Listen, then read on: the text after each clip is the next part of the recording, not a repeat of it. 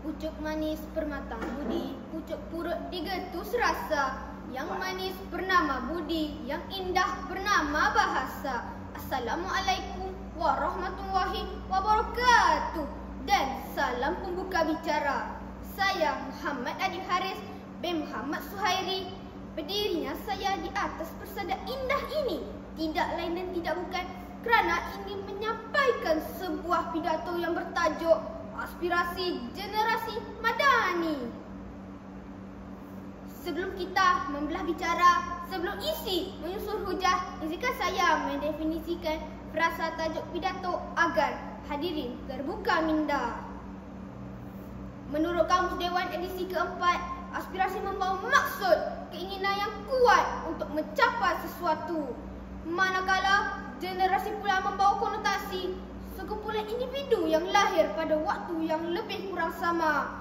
Dan Madani pula bermaksud maju dari segi pemikiran, kerohanian dan kebendaan.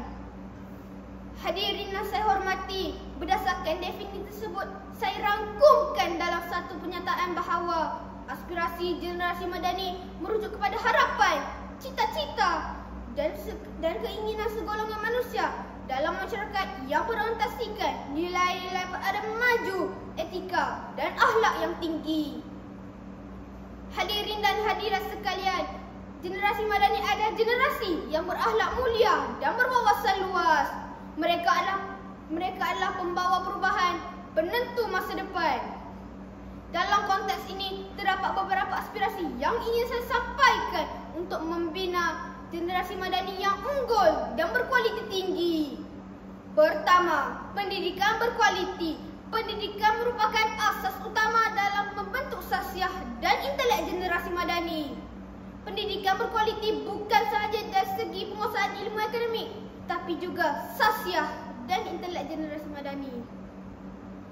Kita mesti memastikan setiap kanak-kanak mempunyai akses pendidikan yang baik tanpa diskriminasi dan dapat mengembangkan potensi mereka sepenuhnya. Oleh sebab itu, setiap sekolah mempunyai sistem perkhidmatan yang cekap serta guru terlatih.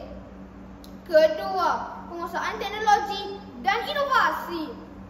Dalam era digital ini, penguasaan teknologi adalah kunci untuk bersaing di peringkat global. Generasi penjara awam mesti celik teknologi dan mampu berinovasi.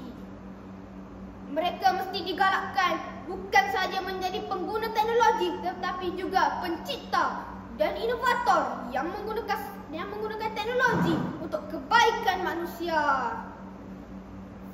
Seiring dengan era moden kini yang menggunakan platform digital untuk pengisian pelbagai maklumat untuk diakses dengan lebih cepat. Ketiga, keprihatinan sosial dan alam sekitar. Generasi awal mesti sedar akan kepentingan menjaga alam sekitar dan mempunyai kesedaran sosial yang tinggi. Mereka mesti faham akan kemajuan sesebuah negara bukan sahaja dari segi ekonomi, tetapi juga sejauh mana mereka mengekalkan kelestarian alam sekitar dan kesejahteraan sosial. Derebu yang melanda negara kini semakin meningkat mengakibatkan pelbagai penyakit terus menular di dalam negara. Hadirin sekalian, setelah frasa tajuk pidato saya pada hari ini dikupas, maka dapatlah saya simpulkan bahawa bagi merealisasikan semua hasrat tersebut daripada pelbagai pihak amat diperlukan, dari pihak kerajaan, warga pendidik, ibu bapa sehinggalah masyarakat. Setiap elemen masyarakat mesti bersatu untuk menyokong antara satu sama lain dan memberi sumbangan sebenar dalam membimbing generasi Madani. Akhir kata, marilah kita bersama-sama beriltizam untuk merealisasikan aspirasi generasi bertamadun dengan pendidikan berkualiti, penguasaan teknologi dan kesedaran sosial. InsyaAllah, kita akan dapat melahirkan generasi yang mampu memimpin bangsa ini ke arah masa depan yang lebih gemilang. Sekian, terima kasih.